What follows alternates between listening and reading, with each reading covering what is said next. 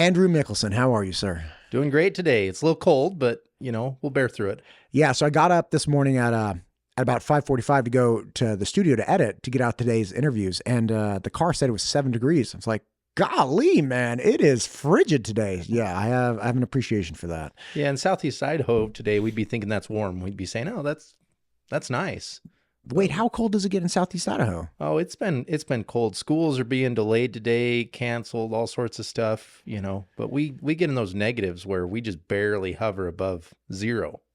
God, man, that's brutal. But so my dad lived in Alaska actually for 25 years, and obviously cold up in Anchorage, and Fairbanks gets even worse. Anchorage was pretty tolerable because it's a really it's coastal area, but man, if it wasn't the cold, it was the dark. Like that's the thing. I can handle 6 degrees, 7. I can handle single digits or whatever, but just show me the sun. Like just give me a good shot of sun right in my face, and I'll be like, all right, I'm okay. Like I'll get there. So like at least in Southeast, yeah. Oh yeah, it does. Go hang out in Anchorage on a winter day and just like you see like a little bit of twilight and then it goes away. Did you see that it was the True Detective series, the Night Country? I didn't. No? Oh, it was fantastic. So there was the original True Detectives with Woody Harrelson and Matthew McConaughey. Great combo there. And then there was a really lame season 2 with Vince Vaughn and a couple other people that didn't really make sense. But then they came back with True Detectives season 3, which had Jodie Foster as this detective in Alaska.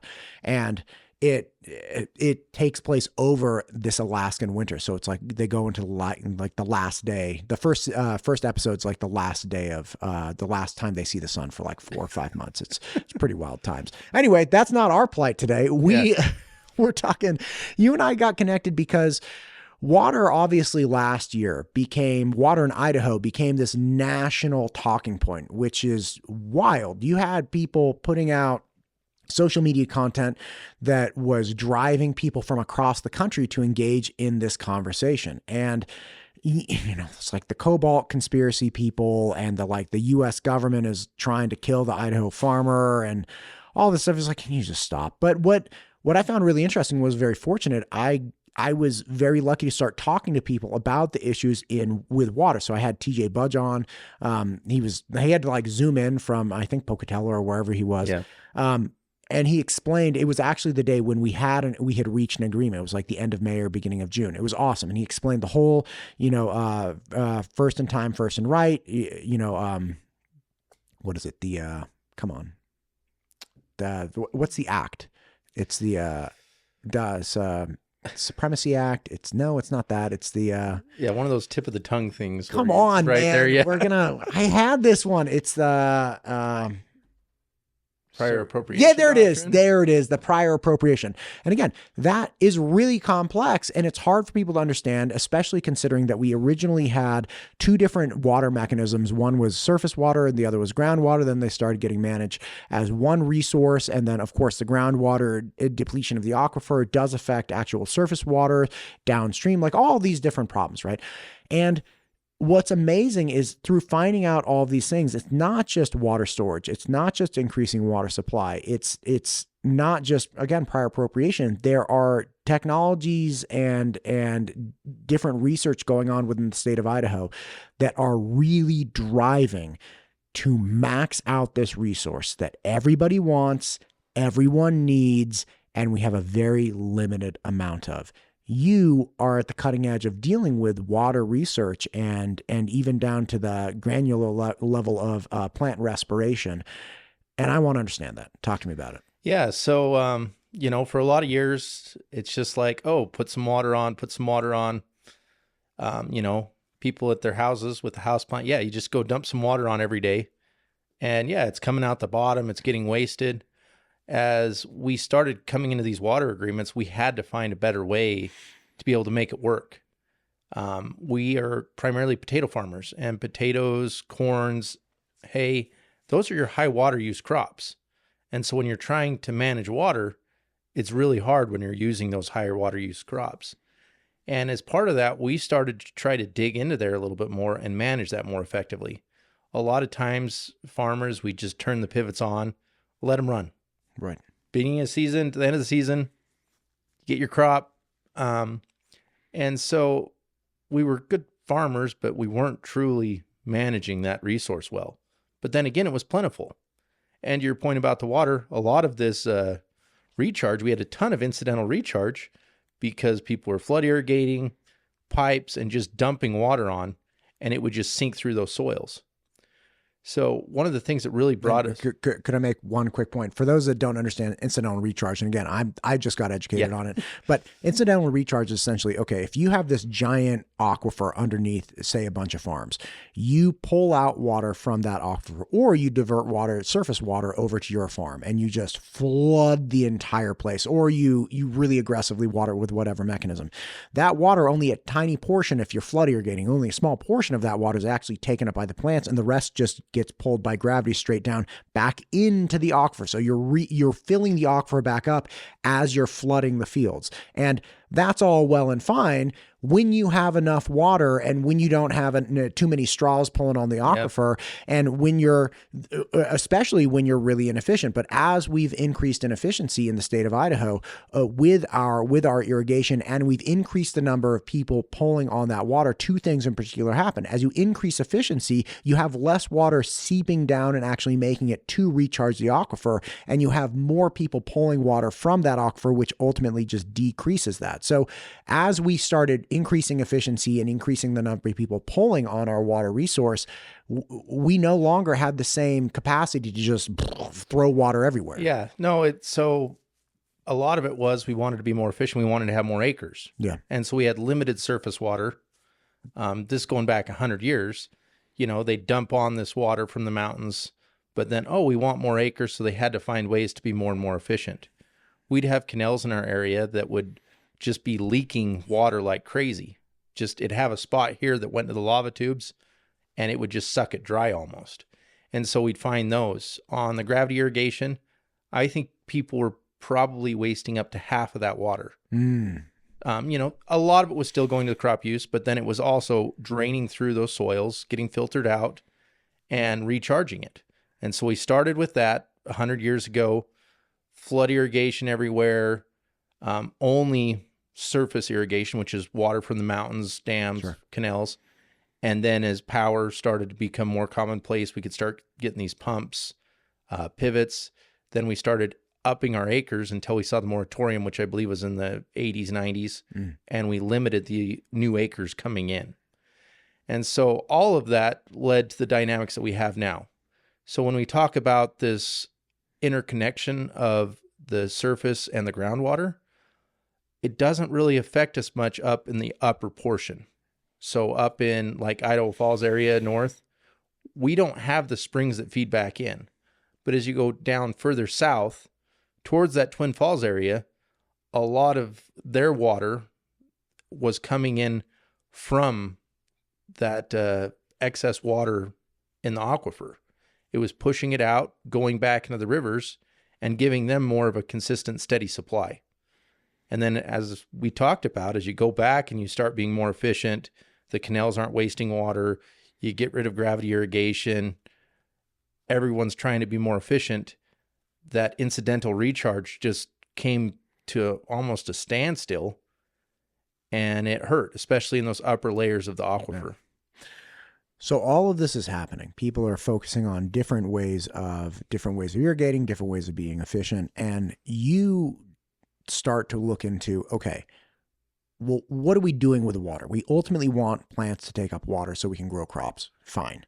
How much do we need to actually hit that target, right? Because we can deliver it in a more efficient manner. We can, do a better job recharging and saving it. But at the end of the day, it's all about getting the crops to take up the water.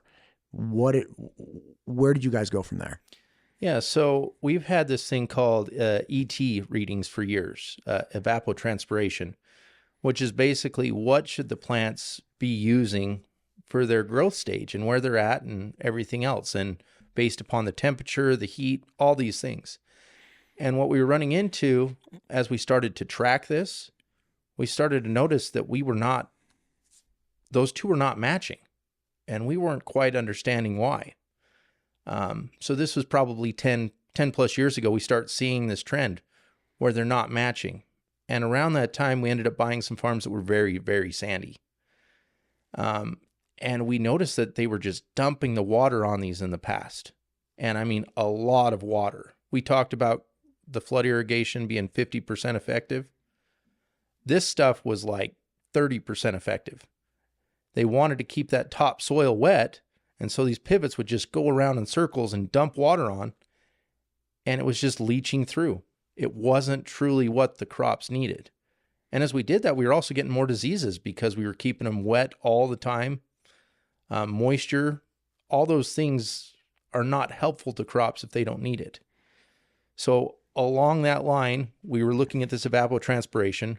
We're tracking how much water we're putting on each and every week on our crops. And then soil probes started coming out and becoming more commonplace. And once we were able to start putting those soil probes in, and some of them, we have them 4 feet deep. There's 3 foot deep ones. In our sand, we went and put a 4 foot deep one. And as we started making some of those revolutions with the pivots, we put down 0.4 inches and it went down 3 feet. And that really opened our eyes to, okay, we have to manage this differently than we ever thought of before. Farmers, we like to go get our shovels out, put them in the soil, and feel that soil and say, this needs water, it doesn't.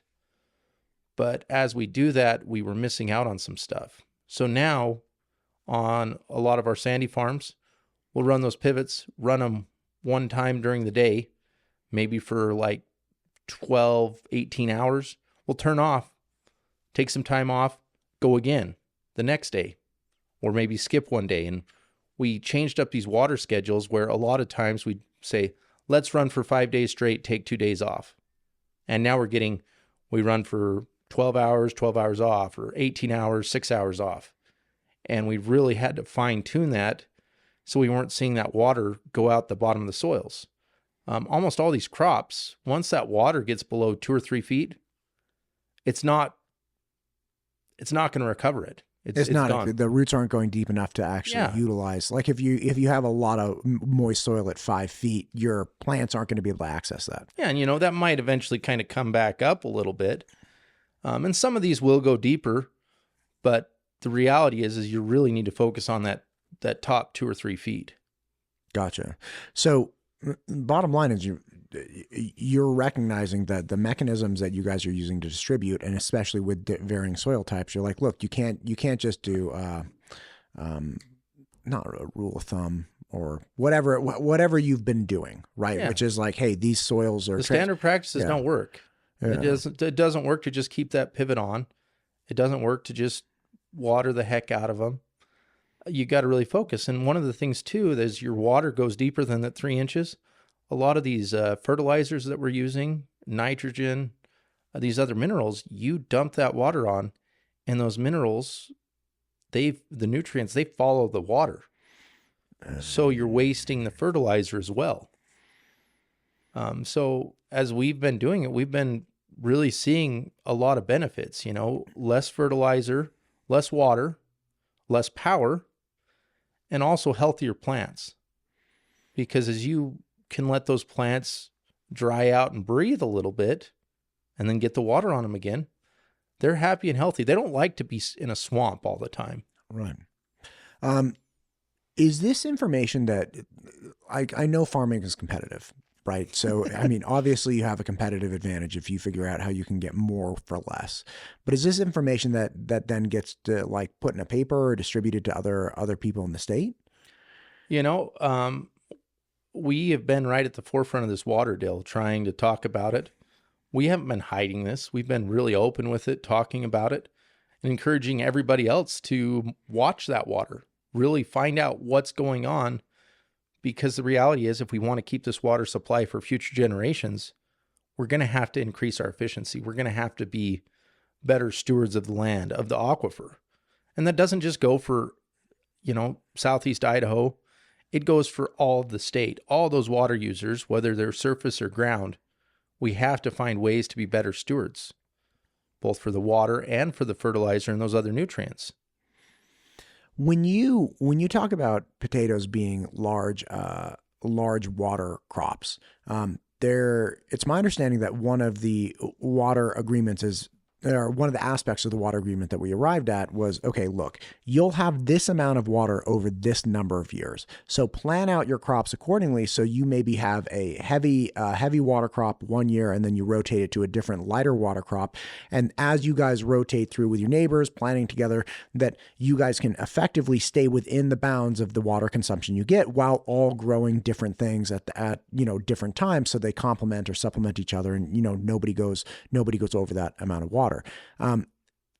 I heard from somebody recently that the hemp industry in Idaho, which is heavily regulated and very young, is actually a really favorable crop to get after in low water years because it requires very little water. Are you familiar with any of the nuances of that? Not a ton, but one of my neighbors is the biggest grower of hemp in the state. Is that McAfee? No, Spawn Cellar. Spawn Cellar. Get Spawn Cellar here. Okay, I want to talk. There's this guy, Travis, who's somebody, they were like, you should talk to him. He's growing hemp and he's doing a really good job with it. And I was like, yeah, man, get him in here. Like, have him bring something. He's like, no, you can't bring it. Because it's so heavily regulated. They're like, he literally can't deliver it anywhere but to the producer, right? Or to the people that deal with it, right? Yeah. And I was like, all right, fine, just get him in because I'd love to hear about it. And they're like, yeah, the plant itself is wild. Like, you can use it for all kinds of different things. I was talking with Representative Nichols about it. That it's like, okay, look, let's hear from our producers and find out what the processor, you deliver to the processor. But the producers are the people that are actually making it. So let's hear from them. Let's figure out if it's a beneficial crop. But again, one thing that people have been touting is that it's very low water requirement so that you can cycle it through with your other crops. And a lot of that, I know they touted a lot of that as we were trying to get it in. This was a long process to get hemp legal so we could even do it. But one of the problems that farmers have is we're all very opportunistic. We see one crop that might make some more money and we all switch to it really quick. I think we ran into a problem with the hemp that we started overproducing real quick because we thought it was a good opportunity as soon as it was legalized. And then you run into these problems of how do we use it? 200 years ago, hemp had a lot of uses, or 300 years ago or whatever, George Washington. Right. You'd see I went back to Mount Vernon and you'd see that he'd have these rotations he'd go through to help his soils the most. And hemp was a part of that. But the problem we have now is our society is not based on hemp. Our clothes are not made out of it. We can find these different things that fit in that box that hemp does. And so unless we can really bring back those processes or there's a huge consumer demand for it, the problem is we as farmers could grow more hemp than we could ever use. Just because there's not the consumer demand, therefore there's not the consumer demand, but anytime there's a crop that makes money, farmers jump up and down on it and we destroy it. I make the joke that if marijuana was legalized everywhere, farmers would jump on that the first year. We'd grow enough marijuana to last 100 years and it'd be the cheapest thing ever. That's what we as farmers always do. Oh, look, that one's making money. Let's all grow that. Oh, now that one crashed. Move to this next crop.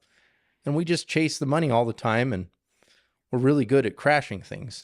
Andrew, you gotta humor me here because I'm an idiot. I've never been a farmer, but don't you need specialized equipment for some of these things? Like, when you guys switch to different crops, you're just like, okay, buy that new attachment for the tractor, like buy that whatever, or is it not like that? You're like, no, it's fine. Like, we'll just go out and harvest with whatever. Like, if you're harvesting apples, don't they have the big apple shaker thing?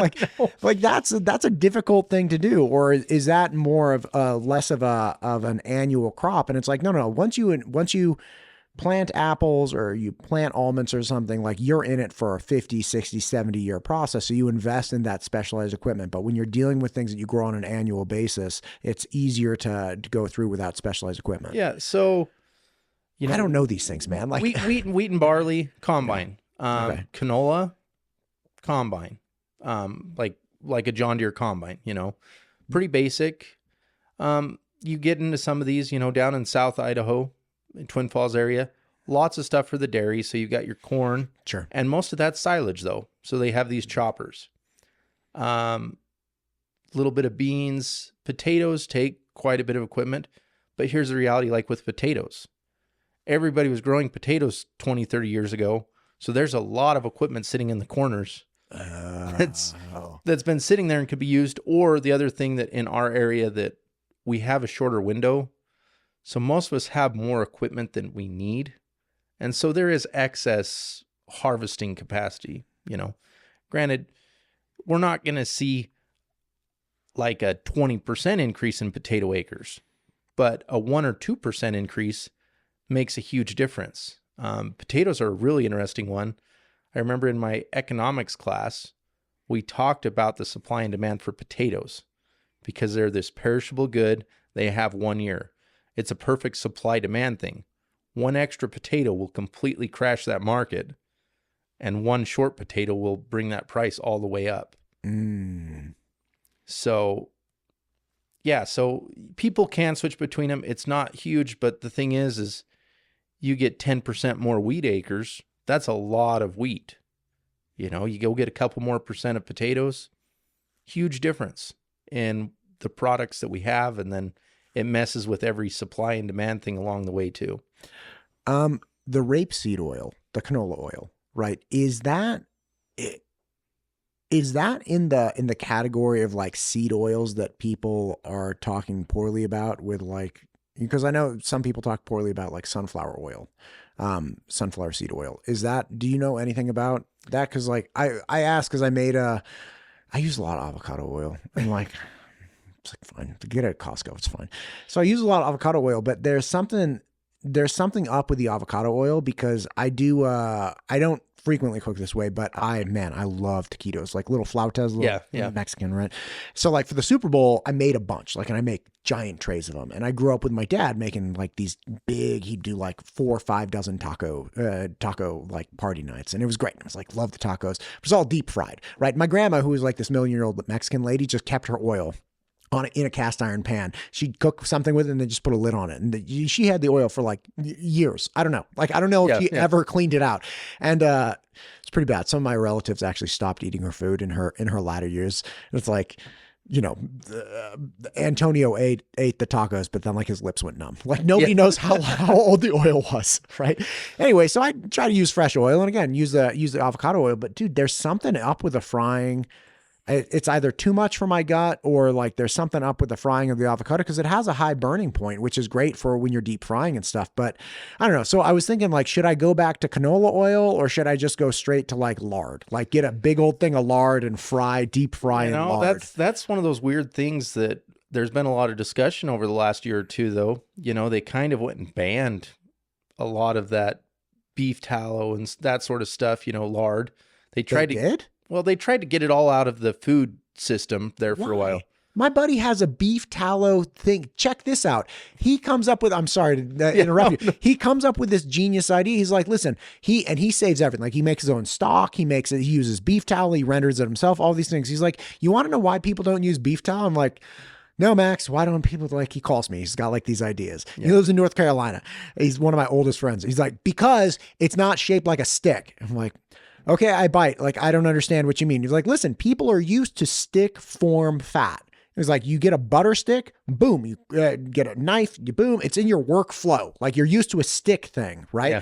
He's like, if you have ghee or tallow, it's in a jar in some cabinet somewhere and you got to get out a spoon and you got to open it. He's like, nobody wants that. Like they want this thing in stick form. I was like, okay, cool. So he makes this, he buys 1,000 pounds of beef trim, fat trimmings, and starts rendering it and makes this beef tallow stick company. And he just called me the other day. He's like this kind of like indie butcher shop chain in his area. It's like 10 different butcher shops. He's like, they are now carrying his stick tallow because everybody recognizes, hey, this is a great product, but we need to change how it works in the workflow. So like this, he's basing his entire, he's like, so he's literally has in cold storage, like 1,000 pounds of fat that he's rendering down to, make these sticks out of, and people love it. Like it's fantastic. And even retail, instead of direct to consumer, even retail, they're like, yeah, look, there's enough margin for, his guys and the amount it costs him to make it. He's all in. So don't tell people beef tallow is bad. Beef tallow is great. And I've got a sister-in-law that's making lotions and this, that, that out of it too. My friend Brandy does that. She has beef balm like on her lips. I was like, you must smell like roast all day long. And she's like, this very well put together woman. She's like, no, it's the best. Like, I'm like, I can't imagine her just smearing. Yeah. Oh my God, man. The balms. Yeah, not my thing. Anyway. But it went back to not strawberry flavor. And I'm really terrible with my years. I'm not a historian, but in that 80s, 90s time frame, they came out and said that this beef tallow for frying stuff, it's bad. The restaurants pulled it out, all this stuff, and said, oh, we got to be it's something with the fats, the trans, saturated, whatever. Yeah, I think it was saturated fats then. Now it's trans fats that we realize are bad. Yeah, and so now they're coming back and they're saying, well, maybe it's not as bad as we thought. That's probably a worry in that regard of the one is probably better. I bet the beef tallow lasts longer, better, whatever. Oh, yeah. And so I don't know how that's going to change the frying market, A lot of that's been driven, though, by big chain restaurants, Yeah. You get a McDonald's that says, we're cutting this out and we're going to this, and they use a huge portion of the oil.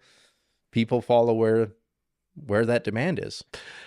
Yeah, I'm really interested. I'm sure RFK has an opinion on this, but he's not. He hasn't taken on my invitation to come on the podcast. Could you imagine? I get him on here. I'm like, so tell me about all of this. I mean, it's Idaho's an interesting place. If he ever swings by, I'll ask him if he wants to come on. He's got some interesting ideas, and I think we're really hesitant to hear some of them because we don't want to realize how bad we're being with our health, whether it's the energy drinks or this, that, and the other. Oh yeah, we don't want to be called out for. Dude, all of his videos where he's like working out, he's 70 or something, doing like working out in jeans on the beach. You're like, what are you doing? Like, it's why he's got to be on some kind of like testosterone, like, which I avoid like the plague. I mean, obviously, look at me. I'm not a guy who gets the benefit of additional testosterone, but like, it's wild, man. I have an appreciation for that. Like, I eat really basic. I'm a real like meat, fruit, vegetable kind of guy. Like, I'm not that complex. We don't do a lot of like processed stuff in my house. Like my kids like pancakes and whatnot, but like just give me some kind of animal product. And like, I'm generally pretty happy with it. It doesn't have to be fancy. You know what's really funny? I had Lieutenant Governor Scott Becky in here a week or two ago, and off air, I was like, hey, like, what's your favorite cut of beef, right? Just wondering, because he's a big cattle guy, right? And I had mentioned to him that I did an episode on a buffalo hump roast tacos. This guy, Elliot, and I from Northwest Premium Meats, he came out and we did this episode about did this like slow cook birria taco stuff, and it was out of buffalo hump. But I was like, dude, it was so good. Like my boys ate that. He sent me home with a big container of it. Anyway, it was hilarious because Lieutenant Governor Scott Becky was like, he said something. He was like, "Do you see Dances with Wolves or something?" I was like, "No, I love buffalo." He's obviously a beef guy, and he's like, "Yeah, buffalo is fine. Like buffalo is good, but he's all in for beef." He apparently has some. He was like, "The best cut of beef is not the ribeye." I was like, "Wait, what is it?" And he was like, "Walk with me through the animal." He's like, "You got the front, blah blah blah," and he's like, "Then there was some cap somewhere in the rear part of the animal." He's like, "That's the best cut of beef you'll get." I obviously forgot it because it wasn't on air, but I was like, "Tell me what it was." I've always been the best dinner's a nice ribeye with the baked potato on the side. And dude, the ribeye. Yeah. It is. I cannot get the. Okay. Ribeye. Are you a flap steak guy? I love the flap steak. That's okay. But the ribeye is my. No, I know, but you can't eat ribeyes every night. Some people say you should. What are you, an aristocrat? Get out of here. No, I'm all about like tacos. Everybody loves tacos, right? Like, and the taco is having a hot minute in the United States right now, which I'm such a fan of. Back in the day when like all the trash Mexican food I ate was Taco Bell. Yeah. I was like in high school. And the only thing you wanted was a crunchy taco. And they started having the stuffed tacos. And you're like, what the hell is that? And then somewhere in the 2000s, it was like the street taco came on the scene. And it's like double rack, tiny tortilla, dip it in oil, heat up that thing, and then throw all the things in there. And now you have the like women at the gym with the like call me pretty and feed me tacos shirts. And like everybody loves tacos. And man, for tacos, you cannot beat flap steak. No, like it marinates well. And if you haven't seen flap steak, it's at Costco generally carries it. It's one of the only places, and it's largely unpopular because it's called flap steak. This is not flat iron. This is not flank. It's flap. And dude, it's a long granular stretch. It takes marinades 4 minutes each side, and you slice that bad boy into thin pieces and put it in tacos.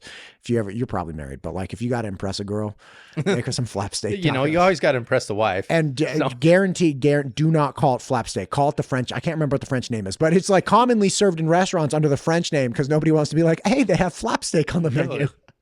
You know, I think that the tacos have done a great job of using some of these other cuts of meat that people don't look at it normally. You know, we had the brisket too, though. Yeah. Find a piece of meat that nobody wants, and we figure out how to cook a little differently. And yeah, I'm a big, you know what the problem with brisket is though? If you go really high quality, or not high quality, but if you go, if people tend towards like grass-fed or free-range beef, the brisket is a tricky mistress because it's so much leaner and cooks differently. Like if you get a brisket at Costco, it's just a fat, thing. You just slap them like, God bless it, right? Like I'm a big fan of brisket. But dude, if you get like the free-range cow or like the grass-fed cow, it does not have the fat on it to tolerate. Like you gotta hit it at a lower temp and you gotta wrap it sooner, man. Cause it just doesn't have enough fat to get through it. Yeah, I could totally see that. And that's one of the interesting things for me, at least. People talk about the grass-fed and I say, give me the corn-fed every day because I like the fat, the flavor that comes with the fat. I know the whole nature of corn-fed and vilifying people who do corn-fed, like the love affair with grass-fed beef. It's like, listen, that's fine. We have dry aged, we have wet aged, we have all kinds of different choices when it comes to beef. But the idea that corn fed is inherently terrible for you or terrible for the animal, I do not subscribe to that. Yeah. I do not tolerate that kind of nonsense. Those cows love their corn. I don't. Yeah. I don't think they get fat because they don't like it. Do you ranch as well as farm? No, I do not. Thank goodness. Come on, man. I was going to ask you about Wagyu. I'm dying to understand if Wagyu is just like this obese slop, like right out of, what was that movie, Wall-E? Like, you know those fat humans that like hang out in space? Yeah, like is that what Wagyu is? Yeah, I'm not an expert on that.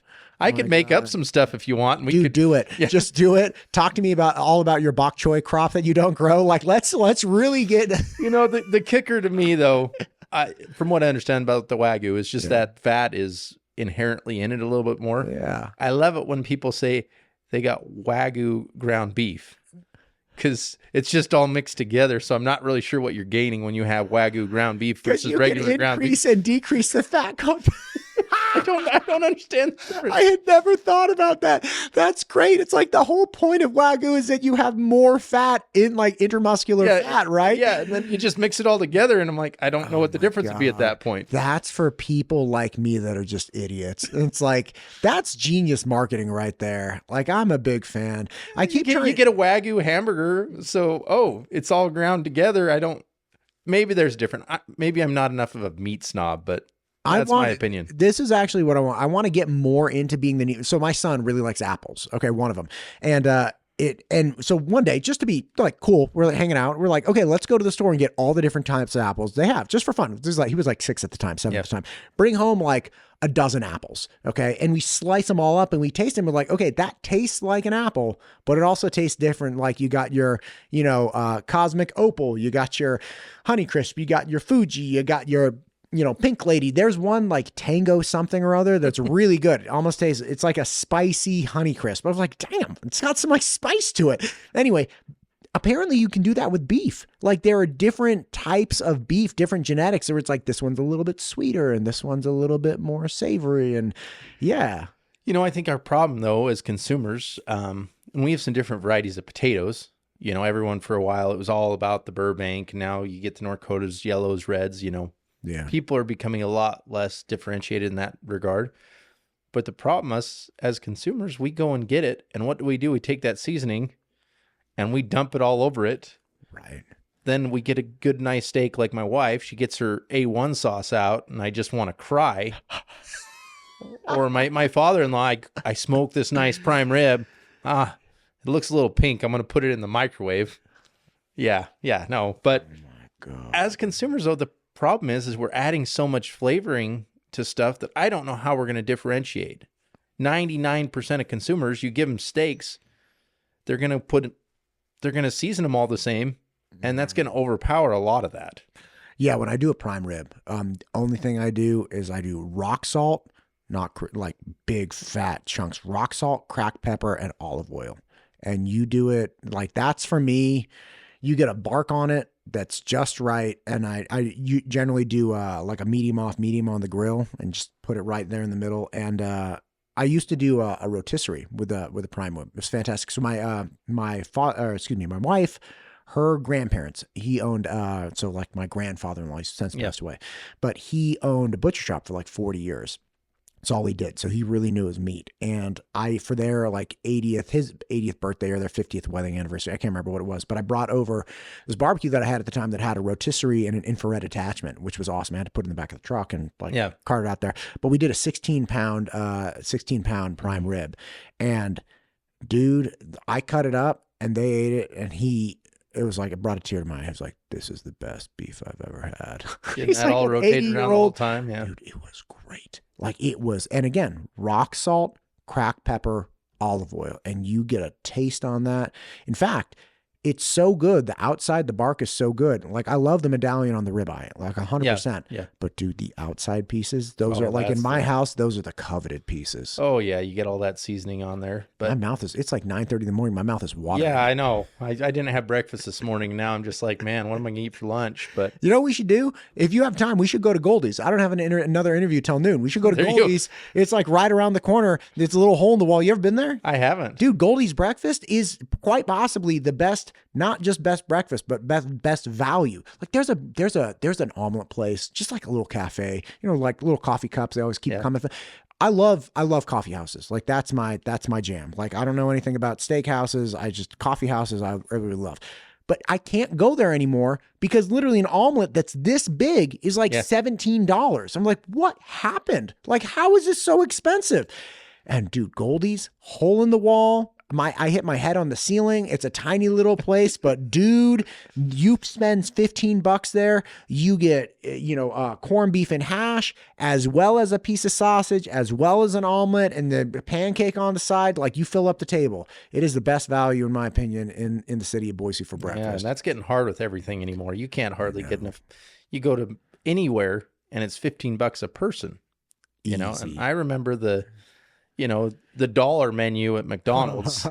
You remember 29-cent hamburgers? Yeah. I mean, it's just, all that's gone. I mean, you go look for their cheapest thing now. It's the value menu at $3, so. Like a cheeseburger. Are you familiar with the chicken bill? I mean, it doesn't matter to you because you live, like on a ranch or like a farm, but are you familiar with the bill that Senator Nichols is bringing? I was hearing about that people raising their chickens everywhere. Yeah. Well, essentially the problem within the state of Idaho and especially newer developments is you have HOAs that restrict chickens to either restrict them completely or they make like a certain acreage. So her bill that she's bringing forward is I think a fifth of an acre. So 0.2 acres, you can have like 4 chickens and the HOA can't stop you.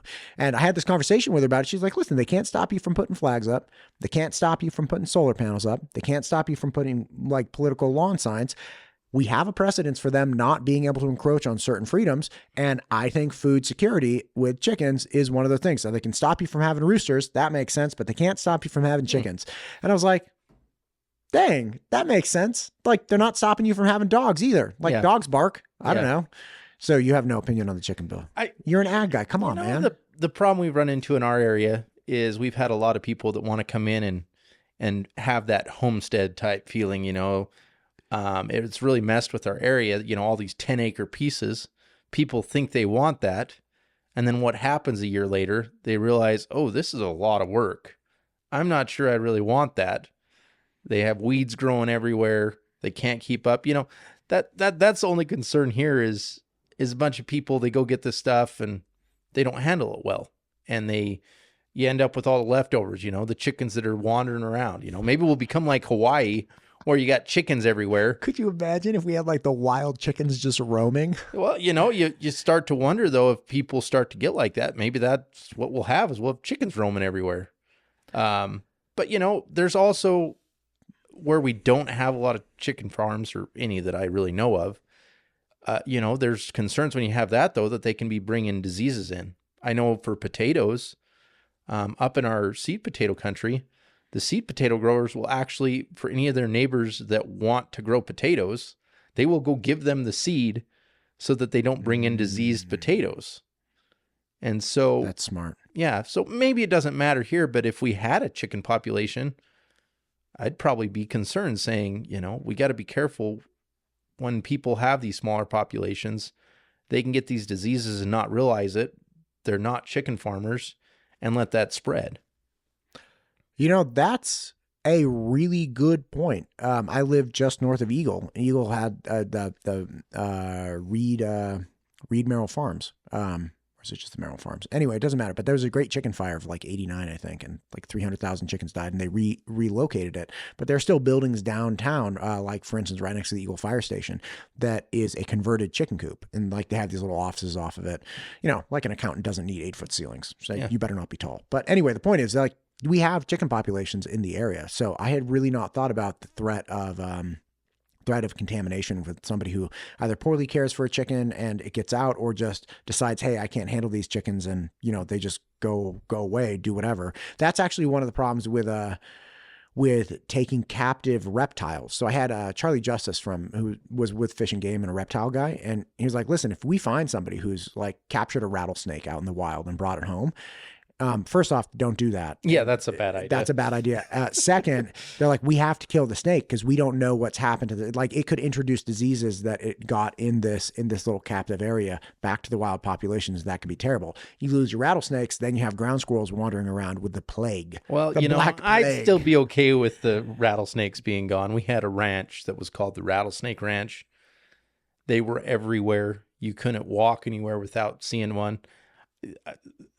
There's a couple animals or, snakes or whatever that there's no love lost for them. Rattlesnakes and skunks, if they all died, I'd probably be okay. Yeah, but Andrew, if you got rid of rattlesnakes, it wouldn't be called the Rattlesnake Ranch. It would be called the Rat and Mouse Ranch. Yeah, that's probably true. Like, this is a trait. Like, Charlie was literally telling me we have the Black Plague that pops up in like squirrel and rat populations in the wild. And like, thank God the reptiles are there to take care of them so that we don't have to deal with it. Come on, man. This is going to be like Victorian England. Everybody's going to be dropping dead thanks to you. Yeah, but it's interesting how those have been introduced in different places, even the islands. They get a rat infestation, then they bring pigs and, Yeah, right. Ecosystems are pretty delicate. And so you have to be careful that you're not introducing too many variables there that can mess it up. I thought you were going to say you're introducing too many Californians to Idaho to mess it up. But you didn't say that. I said it. I to be honest, I'm surprised the legislature hasn't passed a bill saying Californians can't move to Idaho. Yeah. With some of the bills they're passing this year, that wouldn't seem like much of a stretch. But well, I think the bill's getting introduced this year. Yeah. You know what was funny? Somebody told me the other day, they're like, listen, a lot of the crazy bills, like however you define crazy, like a lot of the extremist ones, they never see the light of day. It's literally just grandstanding. And so that person can go home and tell their constituent, like, oh, I introduced this bill. I tried. They didn't take up my charge. Like, they were not about that. I'm the champion for you. They're just not listening to me. Yeah. So I try. Somebody told me, they're like, listen, don't worry about any of that stuff. Only worry if it gets passed like it's hearing and it gets an RS and then it gets a hearing in the committee and like they're taking it seriously. He's like, then go check it out. But before then, just let people be crazy. Well, this session, we've had a lot of that. There was one about the guns in schools everywhere. And like my local sheriff's office is like, yeah, we've got to like shut that down. Like, I can't imagine the headache, Did they already run that one? I don't know if it has yet, but it's like, They had it last year. That was Representative Hill. Yeah. And I heard it was kind of there again this year. Yes. But you get worried about that because all the unintended consequences when you add something like that, 99% of the time we're going to be fine. But what about that 1% of the time, people carrying guns on their side everywhere at a basketball game? Maybe it's not the person carrying that gun. Maybe it's the person next to him that can grab the gun. You start adding all these variables into things and it gets very worrisome. Yeah, I think after the legislative session last year in 24, a lot of people looked at that and were like, okay. Like I had Julie Yamamoto on, she's not in the legislature this year, but she was last year. And she was saying, look, I'm on the board of, I think, 2 charter schools, and our charter schools have armed people on campus.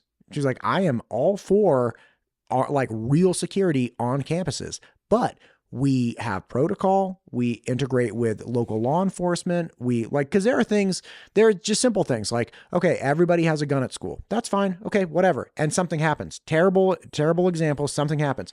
Law enforcement shows up.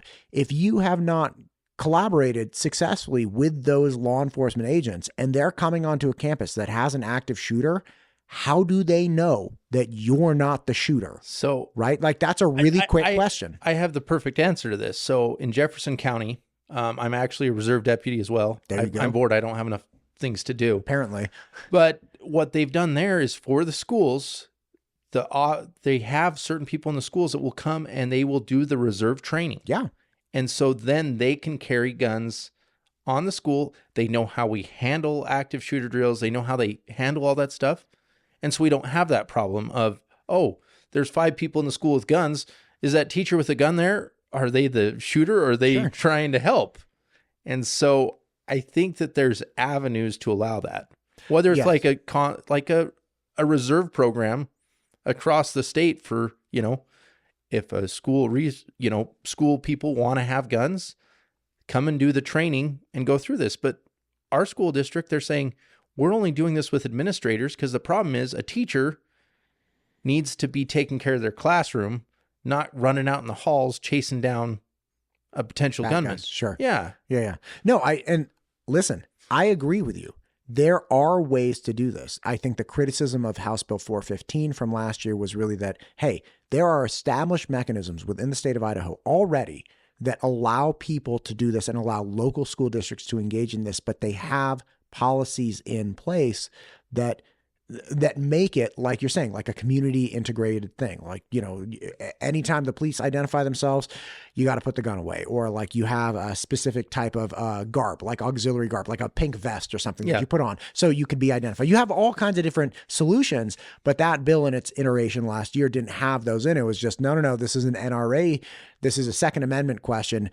People have a right to bear arms. We need to establish that within this area. And people criticize it for that reason. They're like, listen, we can do this. People already do this. Let's just do it the way people have been doing it, where you have training and you have, cooperation and integration of sheriff's training and perhaps some kind of deputy program, whatever it might be. The reality is you don't have something like that. And yeah, you have the school shooting, which we had one in Jefferson County. Very unfortunate.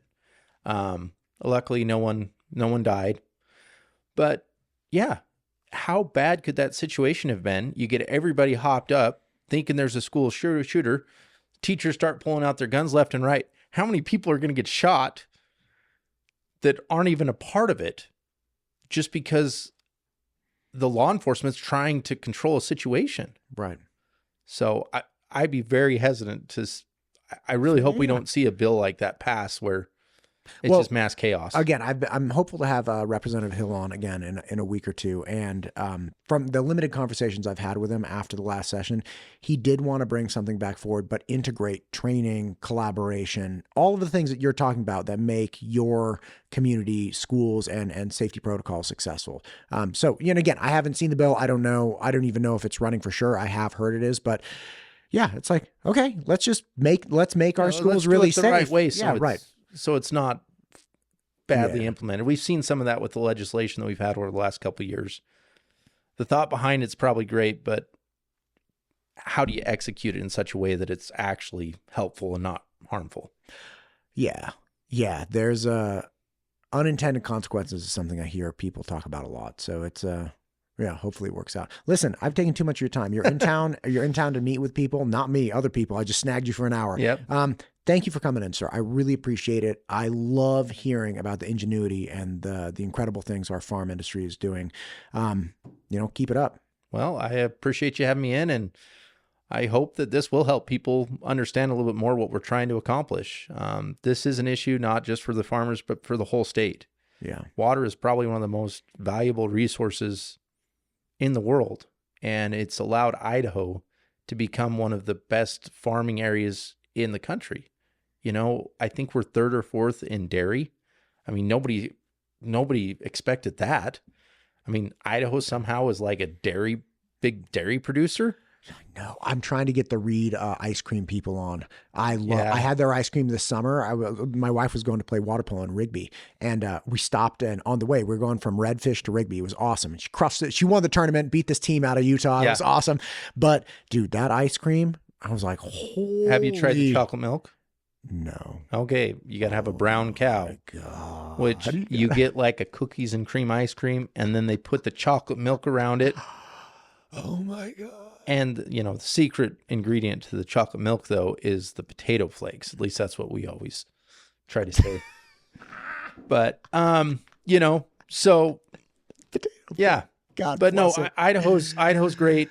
You look at a map of crop production, Idaho has a lot of potential here.